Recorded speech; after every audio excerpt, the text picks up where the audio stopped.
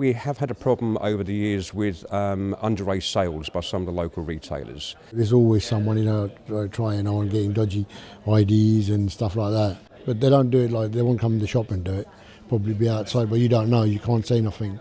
Because at the end of the day, if somebody's 25 and he buys a beer and gives it to someone outside, and you don't know about it. We've had a few people try to buy alcohol underage or get other people to do it. They know what the sign said. They're not allowed to go in unless they're 18 to buy alcohol or cigarettes. So they stop the adults. They've stopped me a couple of times and I'll say, no, I'm not doing it. A lot of kids are just hanging around on the streets, not doing anything. But there's nothing for them to do except hang around the streets. There's nothing for them to do at all. There are statistics in relation to alcohol-related antisocial behaviour. And also, it does make younger people vulnerable. Because it's a huge factor in domestic violence, in crime. When we see younger people having to come into custody because of an alcohol-related incident, and really, we don't want that to occur in the first place. I've lived here, for 27 years, and it's been going on since I've been here, so it's an ongoing thing. What is CAP? So this is a national scheme that's delivered locally to address the problems principally of underage drinking. We have now 67 CAPs around the country. They've had some remarkable results in reducing antisocial behaviour. It's a partnership between relevant agencies. We work with local authorities and the police, particularly trading stands and licensing. Neighbourhood enforcement team, youth services, and most importantly schools. And they work cooperatively, they all take ownership of the problem and they identify what the needs, what the problems in that community are. I'm really thrilled, as I said, that Langley St Mary's has been chosen because Langley St Mary's has a diverse community. We believe this will be of huge benefit to our local community because we do have antisocial behaviour often triggered by alcohol use. Slough was identified by a local alcohol action area by national government, so there's already targeted work going on in Slough to try and reduce alcohol related issues.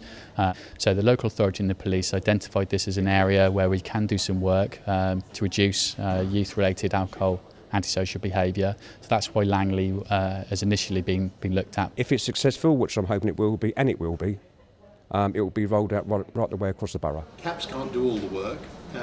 They target a particular area, but they are very effective. Well, the main principles are, first of all, getting everyone who has a role to play together in a room so that they can together identify the nature of the problems. For the first time, really, CAP understands that the alcohol retailers can be part of the solution and not just the cause of the problem. It may be a problem of training of shop staff so that the problem of underage purchasing is reduced. If we can educate young people now not to go down the route of alcoholism. We will assist the local authority by providing free resources by an alcohol education charity so that teachers can be trained. So the schools understand if they are aware of young people obtaining drink in a particular location, then really to let us know. And also surveys carried out in the school to gather information in relation to how often people under 18 drink alcohol, buy alcohol,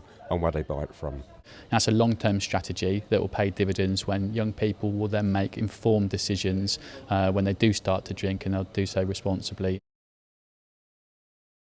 The main thing is to look after the community, the children in the area, and making sure they're all safe. Can't help but aid the type of work that we have to deal with. Obviously, the council, everybody's got to get together and do something about it.